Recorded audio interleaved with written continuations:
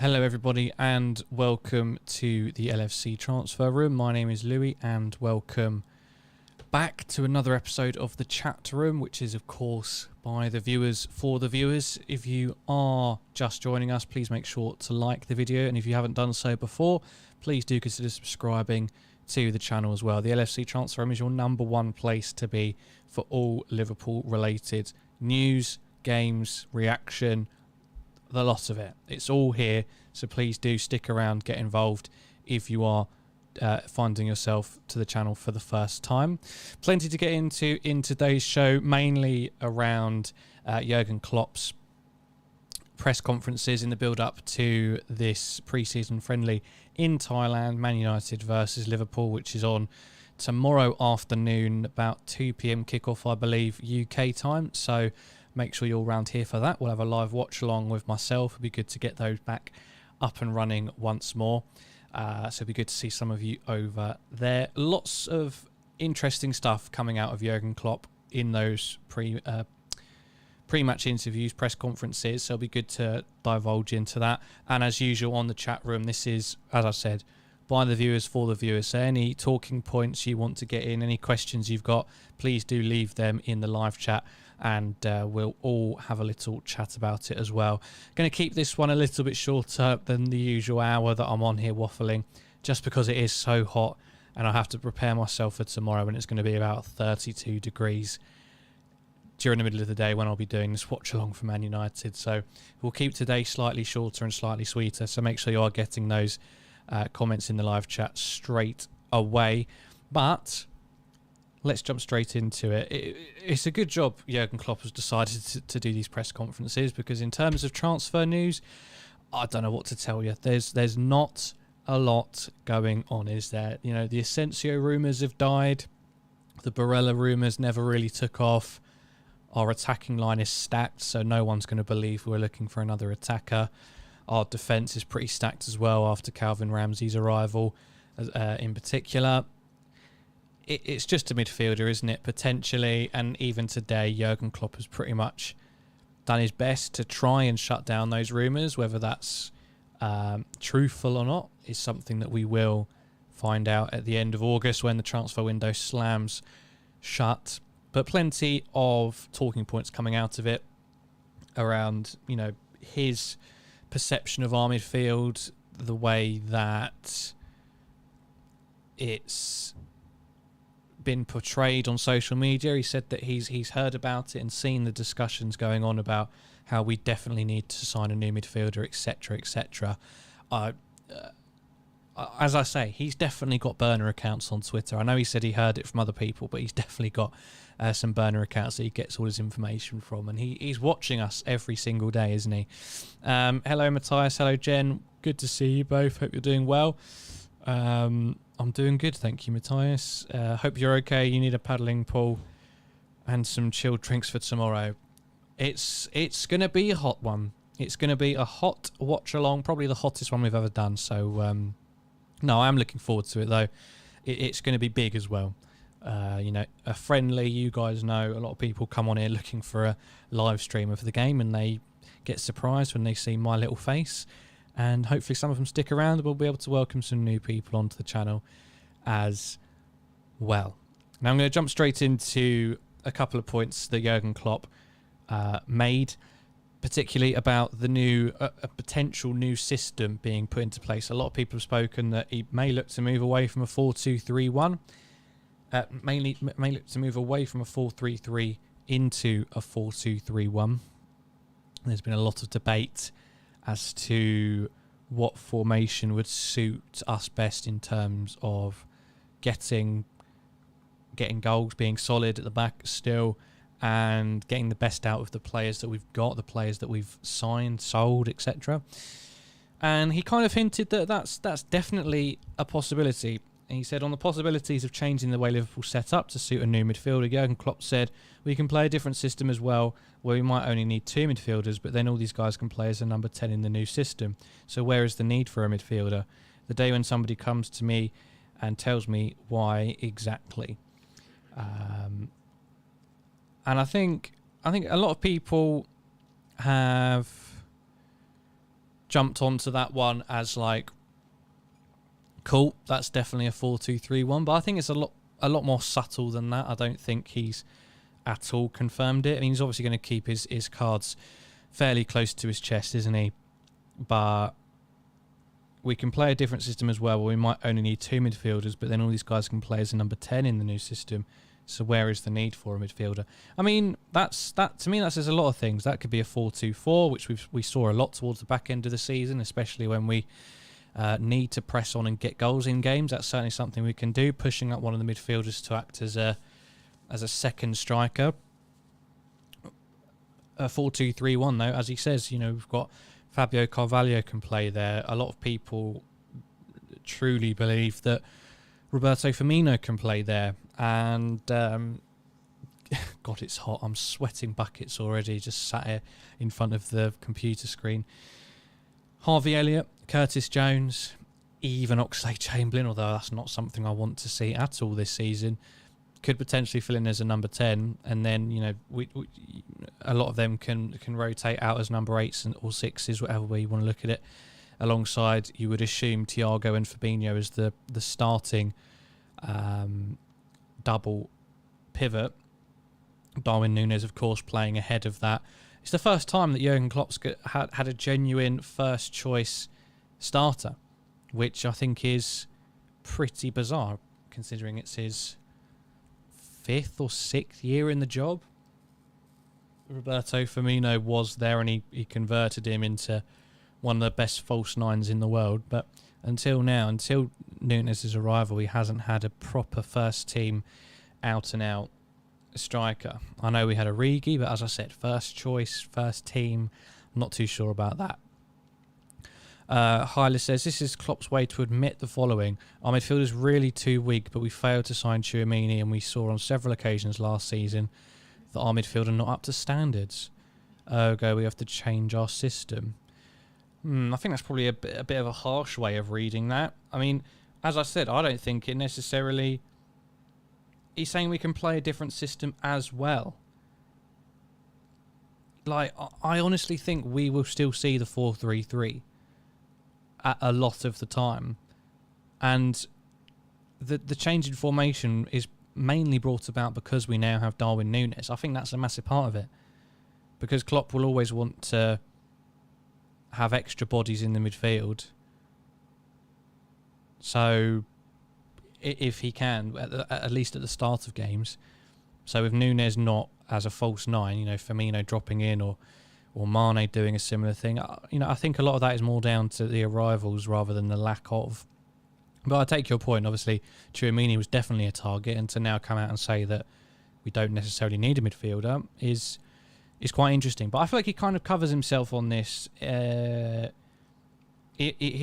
kind of put the question back, saying, well, what kind of midfielder do we need? A creative one. If we bring in a player just for that, we immediately make it more difficult for Harvey, Curtis and Fabio. They can all play different positions as well, of course. Curtis can play a line higher, and Harvey and Fabio can play there too. That's not what I was looking at. But there was a point in that press conference where he made another comment. Liverpool can't continue to play the 4-3-3 system. The midfield is too weak. I mean, the one that he's played with for the last 2 seasons, the one that, I don't know. I think that's harsh. I think that's harsh, and a wee bit reductive, if I'm being honest with you. But each to their own. Did anyone notice the reception we got from the Thailand supporters and Man United arriving? Just goes to show the difference in class and brilliance. I mean, we said it on yesterday's stream. Ronaldo hasn't travelled, and that was one of the main reasons why this whole game was put together as kind of a flagship. It was to show off Ronaldo, and for him to not even turn up, that's going to have turned a lot of people who were there to watch Man United or support Man United. It's going to have turned them away probably. But it is still interesting. Maybe we are bigger in that market. I don't know, but it's certainly one that both teams will look to exploit however they can. And by teams, I mean the owners and the marketing department, etc. Matthias says, I think another midfielder can't hurt, but I think we can manage. Oluwu says it's either there are no midfielders that will suit our system, or we don't have the money to get a midfielder. Yeah. It's two-pronged. It's two-pronged, isn't it? People will argue both. They'll say, how can you not get a midfielder that improves upon Henderson, Milner, Keita, etc.? To which I say, this isn't FIFA. You can't just go out and sign someone who's got higher stats because they've got higher stats. There's got to be genuine reason to it, and then it's a case of, do they want to come? Which, granted, most players would want to come to Liverpool with Jurgen Klopp. Are they on the market? Do you have to pay extortionate prices to get them? It's not easy. What kind of wages are they looking for? What's their personality type? It's a lot more than just, his stats were good last year, so he needs to come here because he's better than what we've got. And if FSG don't sign them, then they're cheap and I hate them. That's what a lot of the discourse around it sounds like at the moment. And then on the other side, we don't have the money to get a midfielder. I'd like to think we do. I'd like to think we raised a fair amount of money getting all the way through the Champions League, second place in the Premier League, 2 cup competitions. I know they don't pay particularly well, but as I said, you'd like to think that we made a fair chunk of money.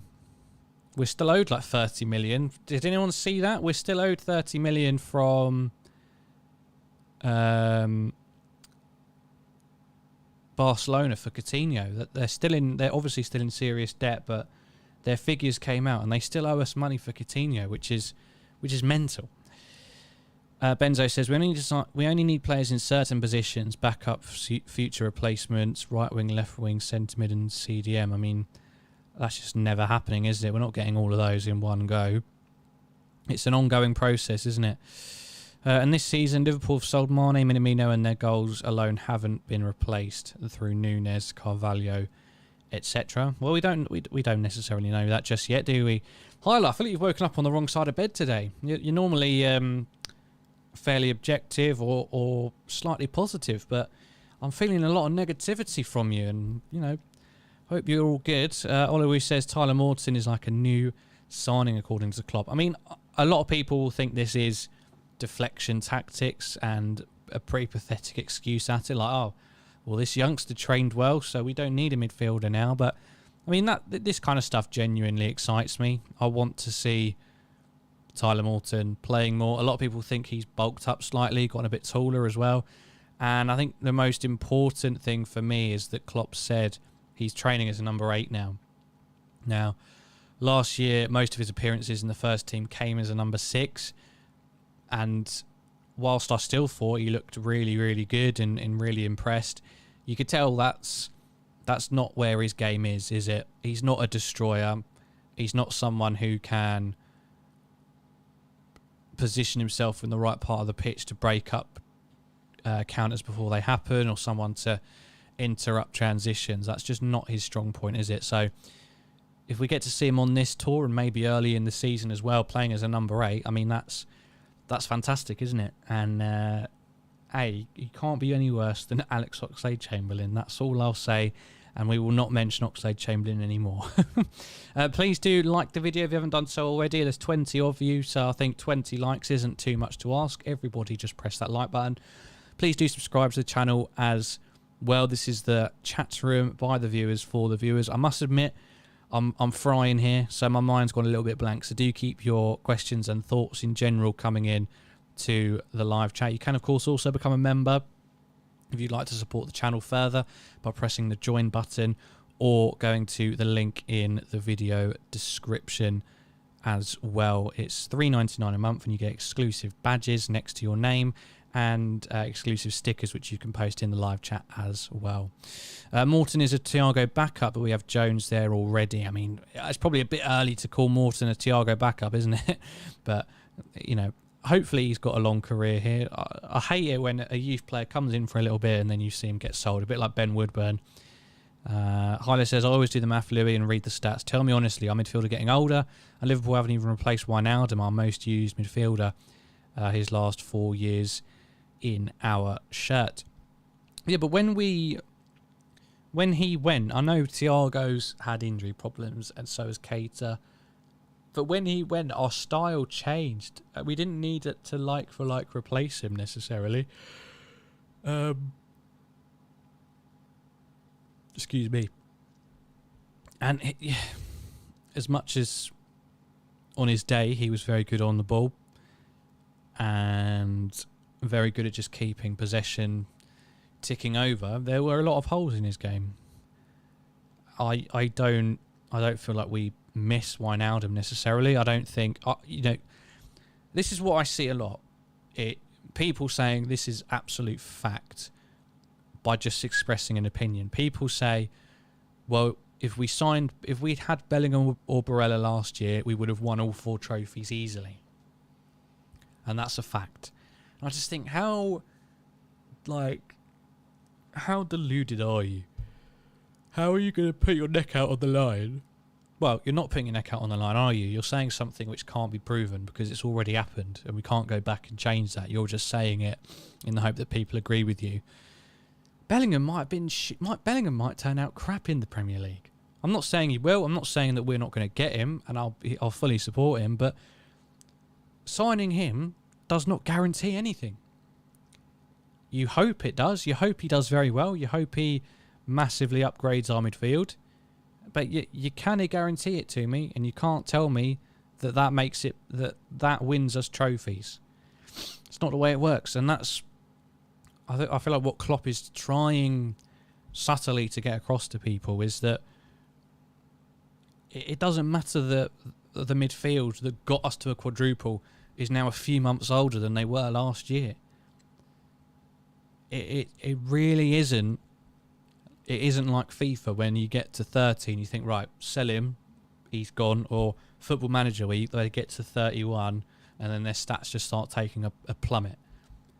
It ain't like that. A few months between one season to the next,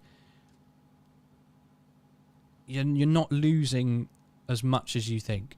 Again, I'm not saying it's that I'm completely right. I'm just trying to give a bit more context to it. Although, what happened to Kelleher? Injury or transfer speculation? No injury that they've come out with.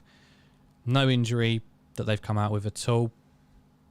So a lot of people believe he's going out on loan, which I think makes sense, but that means we're left with Adrian as second choice for now. So I'd really like us to get in a second choice keeper ahead of Adrian for sure. What really helped us last season was the fact that Dr. Schlumberger helped us regarding injuries and preventing injuries. Let us ask a question. If Liverpool can't beat our top 4 opponents, how likely is it to win a major trophy?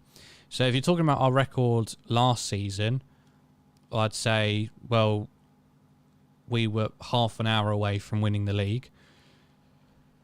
You know, half an hour. You could appoint it to, if you want to be negative, you can appoint it to the points that we dropped.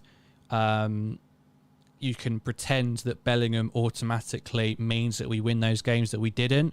It doesn't. There's no way to prove that, so you can't just say it and act like you're right. Or you can have a bit more of a varied, which is, yes, we probably should have held out against bloody Brentford and Brighton. I mean, that was horrible, don't get me wrong. But then again, the result, the Man City penalty at Everton, you know, the Arsenal result, Aston Villa crumbling, that's out of our hands, but that plays a part in it. And ultimately, we took it to the last game of the season with apparently, according to everybody, a terrible midfield, like mid-table midfield. We took it to the last game of the season against a state-backed club, and we only lost out because Aston Villa crumbled. That's what it came down to in the final moments, and we would have won the Champions League as well, but for an offside goal, but for Benzema's toe in an offside position. So again, it's easy to get, you know, when we don't get new faces like we want necessarily, it's easy to go over the top with it. Harvey Elliott is a Salah and Hendo backup at the same time. Yeah, I mean he's yeah, the goals dried up as well, Gary. That's what I'm saying. I'm not saying it's one thing. I'm saying you can have You don't have to attribute it all to us dropping points, but there's lots of other factors as well, and goals drying up certainly one of them. This is a sport of opinions, of course, but if Klopp says we don't need a midfielder, I'll be believing him over random FIFA armchair managers.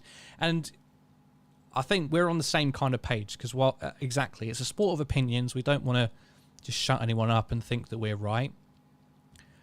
But I always say, Jurgen Klopp, with his team, they are one of the best things that's happened to this club. And if they decide that we don't need to get a midfielder in this summer, then that's cool with me.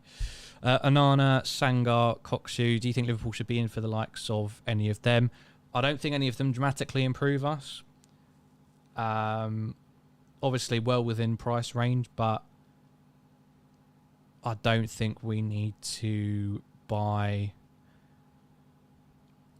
We don't need to buy squad options at this point. If we're going to buy anybody, it needs to be someone who will take us, hopefully, to a next level, or is world class and can definitely fight for game time. Because I mean, Sangar, he would be an understudy to Fabinho, and if Fabinho stays fit, he's not going to play as much as he'd want to, is he?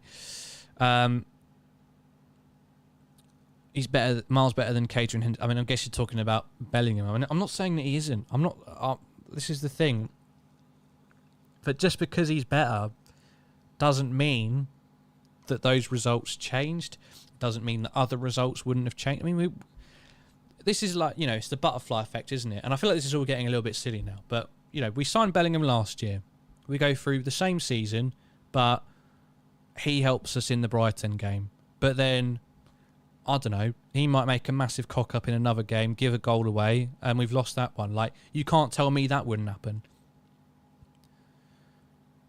As much as you think you can say, if we had him or if we get him now, we'll do way better, I could say he could get injured. He could get injured for a whole season, and that's a waste of time, and then he won't be himself again.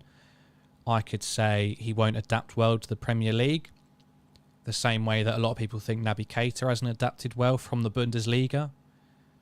And if you compare Naby's Bundesliga with Bellingham's Bundesliga, they're pretty similar. Some differences, some variations, but they're doing very similar things. So there's no guarantee Bellingham would adapt. You can have an opinion. You can think that he will, but as I said, there's no guarantee that he will.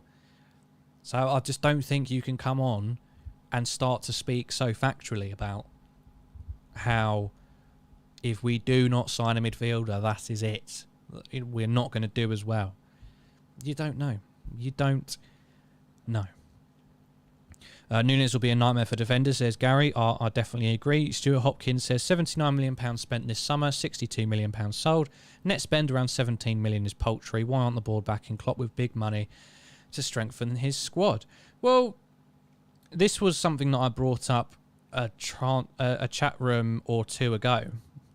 I said, how much is Jurgen Klopp involved in that in this decision making? Because why would he sign on if he doesn't feel backed? So, and if he feels backed, that means that the transfer policy reflects what he wants. So Tchouaméni was our target. We were prepared to go in for him for 80 million, but he chose Real Madrid, so they were going to back him. The player said no, and then there's nobody out there identical to Tchouaméni. So we left it. I think I've just frozen on the screen. I do apologise. That's really annoying.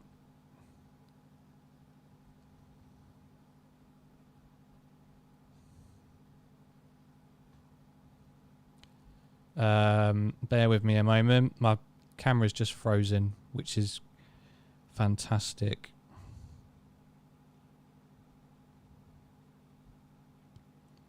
Oh, that's so annoying. When's it going to end?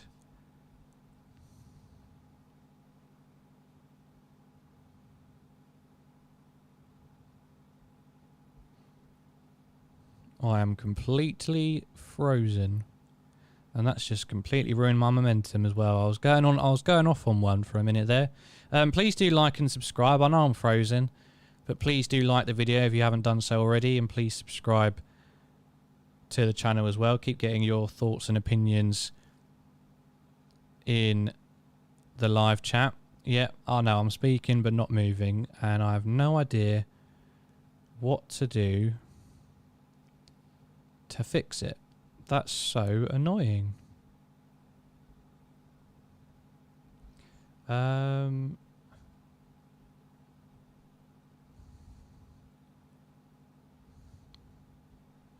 Nope. Why is it just frozen, man? I might just have to carry on, but be completely frozen, which is not what I wanted to be doing. The game tomorrow will be fun. Yeah, well, it will be, as long as this doesn't happen. Olowu says, are we done with outgoings now that Nico is no more here? I think Kelleher will probably go out on loan, and that's why he hasn't travelled with the squad, because he's not injured. But beyond that, I'm not sure. I mean, I'm hoping we might get out, we might sell a midfielder, and then that could force some action. But we'll never know necessarily. Put a pound in the meter. I like that. Oh, I'm bummed. This is the luxury of the LFC transfer room. There's never a dull moment. There's always some technical problem. Hasn't been a single big bid for Oxlade-Chamberlain, so is he going to stay? If you bid £1 and sing a song, you might get him. Yeah, not much interest. There's been no rumours at all, really, which is surprising. I thought that would probably be the outbound player with the most rumours around him. I thought there'd be loads of Premier League clubs in for him.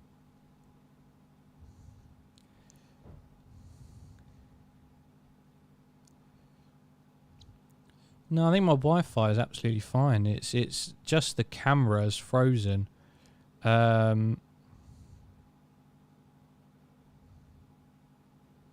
just don't think it's gonna. I don't think it's gonna do anything until I end the stream. But we're coming up to half an hour now, so I think it's a short one. But as you all will be aware, it is boiling hot in England at the moment. So I'm going to prepare myself for tomorrow, the slugfest of getting through that pre-season friendly of Man United versus Liverpool. I think it's 2 PM kickoff, but you'll see the watch-along stream go up this evening. Daniel Watson says, if all the Liverpool players had a massive brawl, who'd be the last man standing? This is a good one to go out on, isn't it? Oh, I mean, it's between the centre-backs, isn't it? Although, I mean, Salah's ribbed. Well, I think it's for me, it's between Konate, Van Dijk and Alisson, isn't it?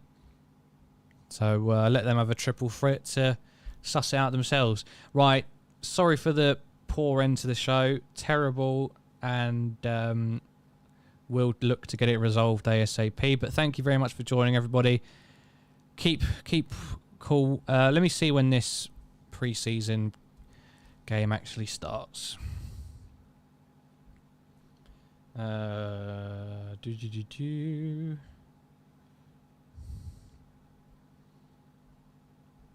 Man United versus Liverpool pre-season. Shoe.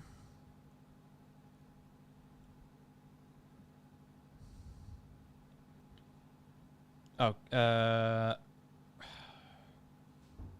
yeah, 2 PM kickoff. So we'll be live here from about 1:30. So make sure you're around for that. Looking forward to it.